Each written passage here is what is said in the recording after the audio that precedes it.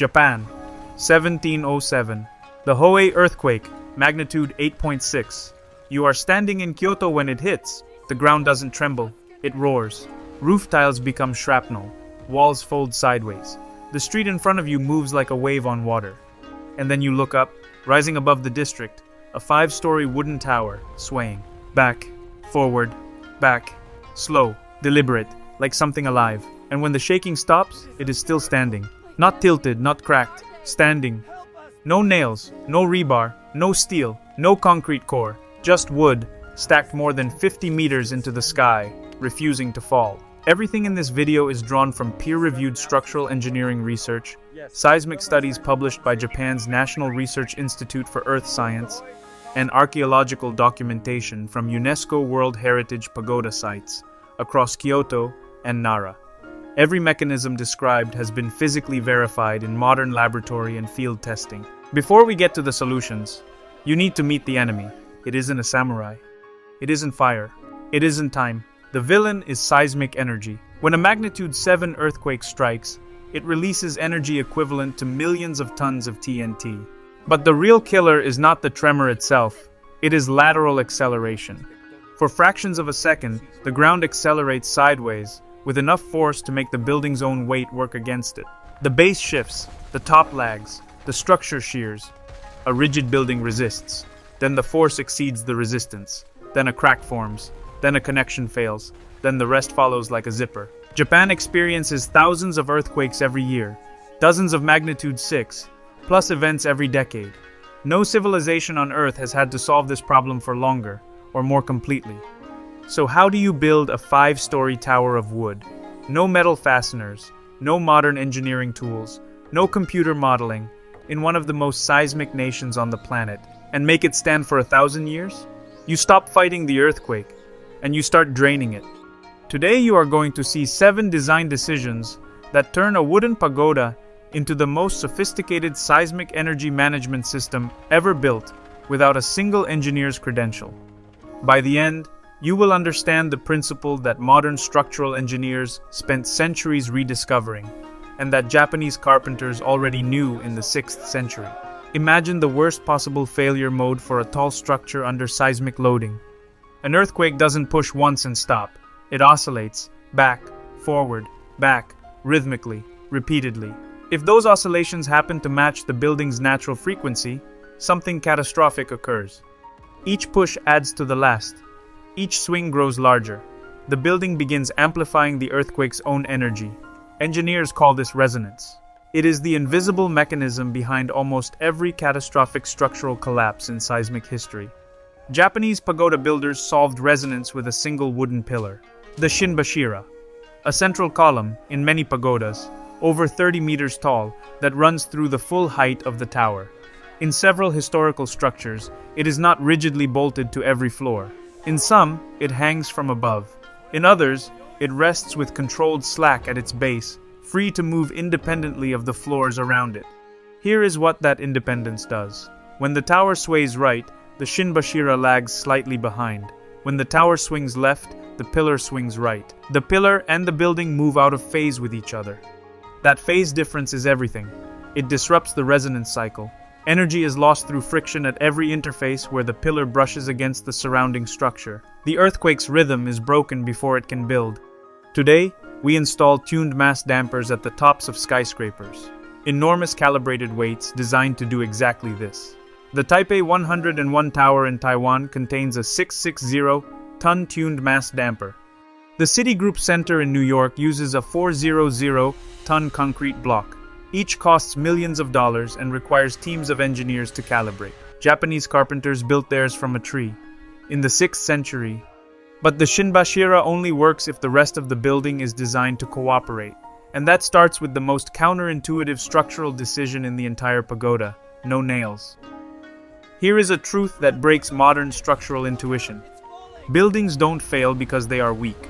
They fail at specific points, wherever stress concentrates. And in modern construction, stress concentrates at metal fasteners, bolts, screws, plates, nails. Under repeated seismic cycles, these points fatigue. A hairline crack becomes a fracture. The fracture propagates. The connection fails. the structure collapses from a single compromised joint. Traditional Japanese carpentry eliminates those points entirely. Wood fitted to wood. Dovetails, tenons, mortises, joints shaped with such precision that they lock under their own geometry. No metal required, no stress concentrations introduced. When the ground shakes, these joints do not crack, they slide. A controlled millimeter of movement, distributed across dozens of connection points throughout the building. Each microslip converts kinetic energy into heat through friction instead of accumulating it as stress. The building breathes. 1 or 2 millimeters of movement at each joint, multiplied across every connection in a 5-story structure, represents enormous total energy absorption without a single fracture forming. Modern seismic engineering calls this ductility, the capacity to deform without fracturing. Achieving ductility in steel and concrete requires specially engineered moment frames, precisely detailed connection zones, and considerable expense. Japanese carpenters achieved it through woodworking. It was not that they lacked metal, they understood something we only formalized in the 20th century. In a seismically loaded joint, a nail turns controlled flexibility into sudden rupture, so they left the nails out, on purpose. Now zoom out, because these joints don't act alone. The entire tower is structured as independent layers, and this changes the seismic physics of the whole building. You are about to absorb a blow you cannot stop. You have 2 choices. Stand rigid and take all of it in one point, or roll. Distribute the impact across your whole body, across time, and stay standing. A monolithic building takes the punch full in the face. A pagoda rolls. Each floor of a pagoda is not rigidly fused to the one above it. The levels are stacked, each with its own structural interface where controlled movement can occur. When the base shifts right, the first floor follows. The second floor lags slightly. The third floor lags more. By the 5th floor, the phase differences between floors are significant. This desynchronization breaks the earthquake's rhythm. Seismic resonance requires the entire structure to respond to the same frequency at the same time. The moment you introduce phase lag, different floors moving at different moments, at different amplitudes, the resonance architecture collapses. The earthquake cannot find its rhythm. With 5 floors, you have 5 opportunities to fracture the seismic wave. 5 shock absorbers stacked in series. Modern seismic isolation places rubber and steel bearing pads under a building's foundation to decouple the structure from ground motion. These base isolators cost hundreds of thousands of dollars per unit and require specialist installation. Pagoda builders achieve the same effect through joinery and gravity. What appears to be structural weakness, the building is not a single rigid unit, is the weapon.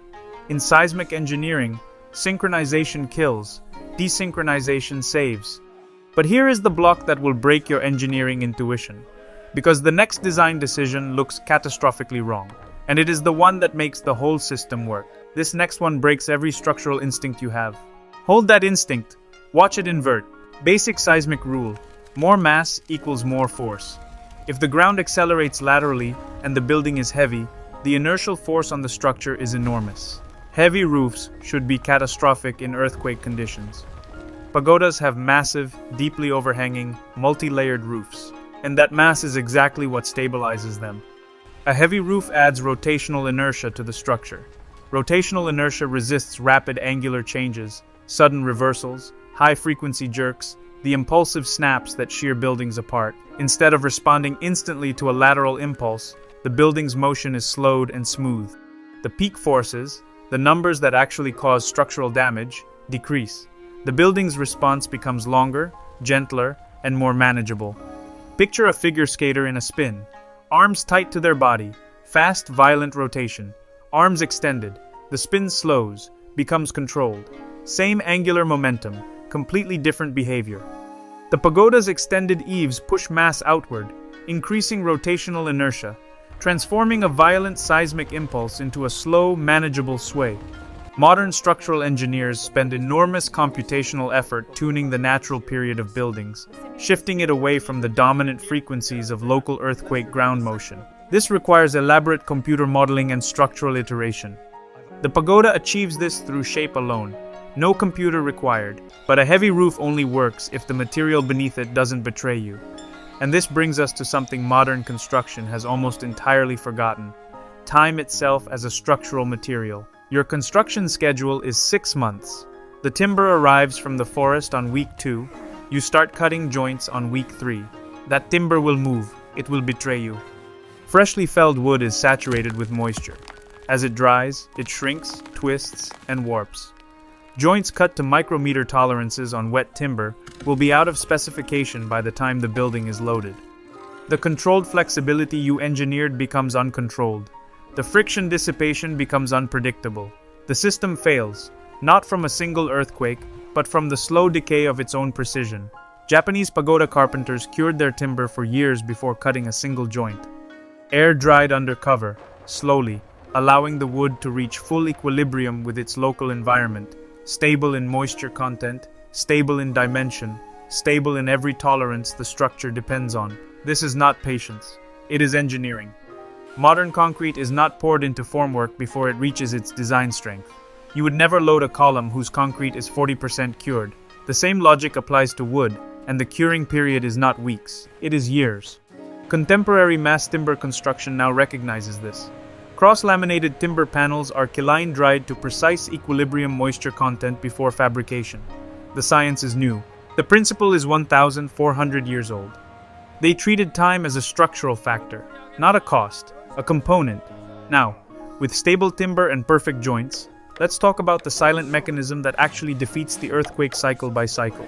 It has been working this whole time, and we haven't named it yet. Energy must go somewhere. When a major earthquake injects kinetic energy into a structure, that energy cannot disappear. It converts. The only question in structural engineering is, converts into what? In a rigid structure, stress concentrates, fractures form, buildings fail. In a pagoda, heat. Every joint in a pagoda is a friction interface, every floor-to-floor connection, every surface where timber meets timber. When the building moves, even by fractions of a millimeter, these surfaces slide against each other. Kinetic energy converts to thermal energy through friction. A tiny amount of heat at every contact point across every oscillation cycle. Here is where the maths becomes impressive. A major earthquake does not deliver one impulse. It delivers hundreds of oscillation cycles over 30, 60, sometimes 120 seconds. Dozens of friction interfaces, multiplied across hundreds of cycles, represents an enormous total energy dissipation across the duration of the event. The earthquake's energy budget is consumed. By the time the event ends, the structure has spent the seismic energy rather than stored it. Modern seismic dampers and viscous fluid devices do exactly this, converting seismic energy into heat through engineered resistance. A single viscous damper costs tens of thousands of dollars and requires specialist maintenance. A pagoda has hundreds of these dissipators built into its basic structure, requiring no maintenance, no power, no moving parts beyond the timber itself. The building was designed to wear out the earthquake, not the other way around, which raises a critical question. If the building is designed to wear itself out fighting earthquakes, what happens to it afterwards? This is where the design philosophy goes deepest. Most buildings do not die in the first earthquake. They are wounded, damaged in ways that are not always visible, fatigued connections, loosened joints, microfractures in critical elements, residual deformations that nobody can see from the outside. Then the second earthquake arrives, and the third. Each time, the structure starts from a weaker position than before. The real killer of buildings is not any single event. It is invisible accumulated damage. Japanese pagodas were not designed to resist damage. They were designed to make damage recoverable. Every structural element is modular, shaped, sized, and installed as a discrete, replaceable unit. When a joint wears beyond its tolerance, it can be extracted and recut. When a beam shows stress, it can be swapped without dismantling the building. When a connection loosens, it can be retightened. A modern reinforced concrete building may be structurally standing after an earthquake while harboring invisible internal damage that will manifest catastrophically in the next event. Repairing those defects requires demolition, reconstruction, and costs that frequently exceed the building's insured value.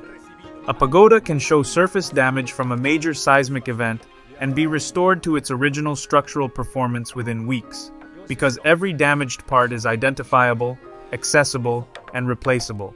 Some of Japan's most celebrated pagodas have withstood more than 20 major seismic events since their construction. Not because they were untouched, because they were maintainable. Structural engineers who have studied these structures describe them as exemplary models of what modern codes call damage-tolerant design, a concept formalized in seismic engineering only in the late 20th century. Durability is not about never breaking. It is about breaking in a controlled, recoverable way. Now let's step back and watch all 7 design decisions operate together. Because the most astonishing thing about a pagoda has never been any individual feature. It has always been the system. No single mechanism saves a building from an extreme seismic event. What saves it is a system. The ground moves. The shinbashira shifts out of phase, stealing the earthquake's resonance frequency before it can build. The mortise and tenon joints slide, converting kinetic energy to heat through distributed friction across the entire structure. The stacked floor interfaces desynchronize, preventing any single frequency from dominating the building's response. The overhanging eaves add rotational inertia, smoothing the motion, reducing peak lateral forces. The cured timber maintains every engineered tolerance, keeping the system's behavior stable across centuries. The modular components allow replacement of worn parts, preventing invisible damage accumulation across multiple events. Think of it as a lightning rod, not for electricity, but for seismic energy. When lightning strikes a rod, it does not disappear. It is guided, channeled, distributed harmlessly into the earth. The building does not fight the strike. It routes it. A pagoda does the same thing with an earthquake. Seismic energy enters at the base. It is routed through the shinbashira phase mechanism, distributed across the joint friction interfaces, absorbed by the floor desynchronization, and smoothed by the inertial eaves, until, by the time the event ends, the energy is spent. It paid its price in heat and phase displacement, rather than in structural damage. Today we design buildings with base isolation bearings, tuned mass dampers, viscous fluid devices, buckling restrained braces, and seismic isolation joints, each a separate, expensive, engineered component. We bolt them onto buildings after the structural form is already decided. Japanese carpenters integrated all of these functions into the structure itself. The engineering was inseparable from the carpentry. The old ways were not less technical. They were technical in a different language: form, material, tolerance, and time. This brings us to the principle that took us 1,400 years to formalize, and that the pagoda made obvious to anyone willing to look.